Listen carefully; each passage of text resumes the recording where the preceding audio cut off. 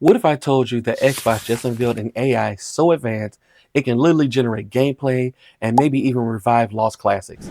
Microsoft's new Moose AI model isn't just another gaming gimmick, it has the potential to reshape how we play, experience, and even preserve games from the past. But is this the future of gaming or the beginning of something far more unpredictable? Plus, a surprise update for Avowed and a shocking Steam malware attack that could put your gaming accounts at risk. Oh, and if you've been waiting for that Retroid Pocket Flip 2, I got some great news for you. Let's break it all down.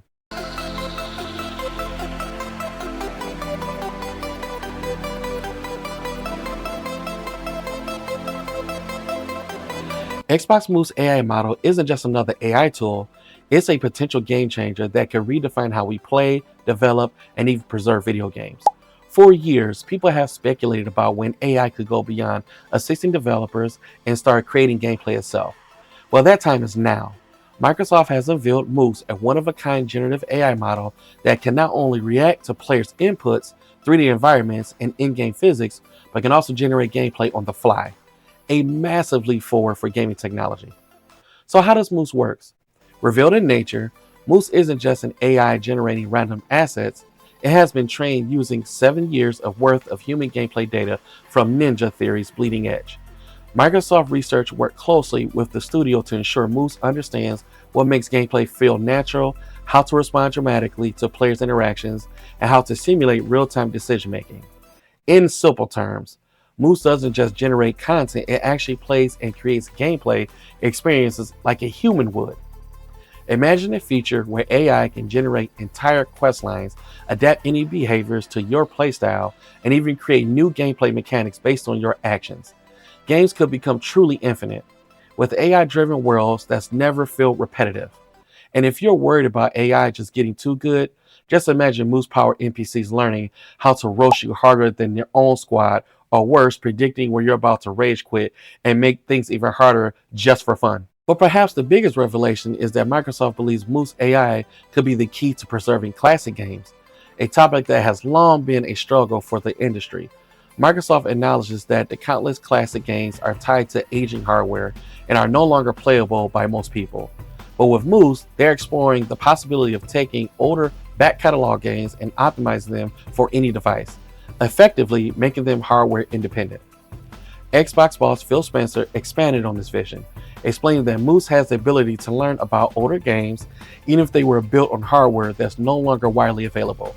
Over time, as old consoles and game engines become obsolete, Moose can help those games come alive, making them playable on any platform, without needing the original hardware or engine. This could be the biggest leap ever to preserving games, allowing forgotten classics to be re-experienced by future generations, regardless of what platform they're on. So what's next?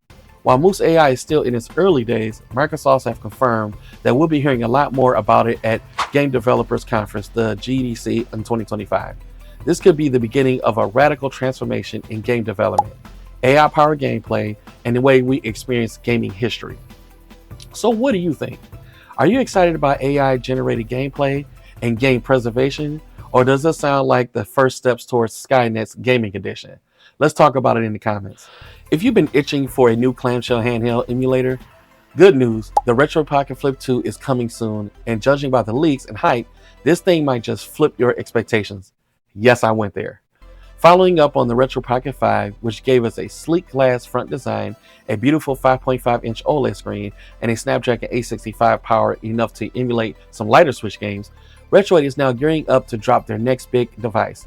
While we don't have the full spec sheet just yet, the community wishlist has spoken, and it's pretty clear what people want. Snapdragon 865 power, 8 GB of RAM, 256 GB of storage, and an OLED screen at 16:9 aspect ratio. And of course, a hinge strong enough to survive a rage closing after a failed boss fight. Retro has already teased some of these features in a new promo video, so that could shape up to be one of the best retro handhelds of the year, or at least one that you won't snap in half if you get a little too aggressive with it. Now here's where things get spicy. Retroid might be cooking up not one but two devices, according to screenshots from the official Discord. Another handheld, possibly a vertical form factor, like the OG Retroid Pocket from 2020, is also in the works. Some fans, myself included, originally mistook a leaked image for a clamshell hinge. but it turns out it was just a shadow of a vertical handheld lurking in the background like a final boss reveal. This means we might soon have two options, a Flip 2 for those who like their screens protected, and a vertical handheld for those who prefer nostalgia served straight up. So, big question, are you team Flip 2 or team vertical handheld? Will you be pre-ordering one as soon as they drop, or waiting to see if it can survive the dreaded, oops, I dropped it off my bed test? Either way, with pre-orders opening in March, get ready because the retro handheld wars are about to heat up. All right, guys, we are at the age of technology, and this is what we kind of expect, right? So, gamers, we all had trust issues before. Maybe it was that friend who said they wouldn't screen peek at GoldenEye, or a teammate who swore they'd cover you in Call of Duty but was actually looting your body instead. But now we have a new betrayal: hackers sneaking malware into Steam games. Last week, Valve had to yeet another game off Steam because of actually a Trojan horse for stealing your passwords, crypto wallets, and browser history. The game, hilariously named Pirate Fi or Pirate FI, was not the swashbuckling adventure it claimed to be, but instead a straight-up digital pickpocket. Security researchers later found that Pirate FI or Fi was never even a real game, just a reskinned template using a tool called Easy Survival RPG, which cost up to $1,099. So at least the hackers had premium taste. The whole thing was designed to trick gamers into downloading Vidar, a nasty piece of malware that specializes in stealing passwords, session cookies, and even two-factor authentication codes. Basically, it was like a loot goblin, but for your personal data. Vidar has been around since 2018, and it's been used in a ton of hacking campaigns, from stealing Booking.com's hotel credentials, because apparently even hackers need a vacation, to deploying ransomware and spreading fake Google ads. The worst part, Vidar is sold as a malware as a service, which means that even a hacker with the technical skills of Potato can buy it and start stealing data. Seaworth Interactive, the so-called developers of Pirate Fi or FI, vanished faster than a scam NFT project. Their X account is gone and they left behind zero online presence.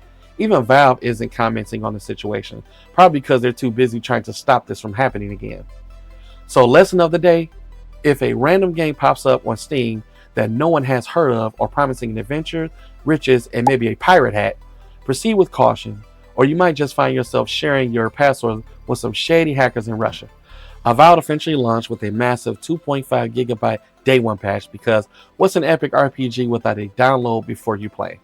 One of the first fixes addresses the issues of NPCs mysteriously vanishing like they had unpaid taxes. Obsidian's solution? Simply save and reload your game. So the magic turns out to be isn't the spells, it's in the magical power of Alt and F4.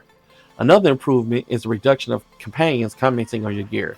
Now they'll stop telling you how much your armor sucks every time you're in the middle of a fight, because nothing ruins immersion quite like hearing, maybe you should get better gear for the 50th time while you're getting mauled by a troll. The patch also makes sure you can no longer sell upgraded materials to merchants, which was leading players to inadvertently make the game harder for themselves. If you're out here accidentally speedrunning your own bankruptcy, that's on you.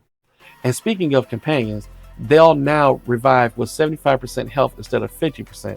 So fewer dramatics, I must go, my people need me deaths in mid-fight. Merchants too got an upgrade, now offering fine gear instead of just common gear, so you don't have to fight a dragon dressed like a level 1 peasant. Overall, patch 1.2.2 is a big step, making Avowed a more enjoyable experience with fewer vanishing NPCs, less judgmental companions, and fewer oops I broke my game moments. Now, if we could just patch real life to people stop commenting on my bad gear choices, that'd be great. And that's a wrap today, folks. If you love to dive into the Retroid Pocket, Steam Malware Madness, and Avowed updates, plus the exciting future of Xbox AI, don't forget to like, subscribe for more. And hey, if you had any close encounters with hackers or have thoughts on the Xbox AI changing the game, drop your comments below. I'm always up for a chat. Your feedback means the world to me. Keep your gear sharp, stay safe in the digital world, and as always, keep gaming like a pro. Catch you in the next one. Peace.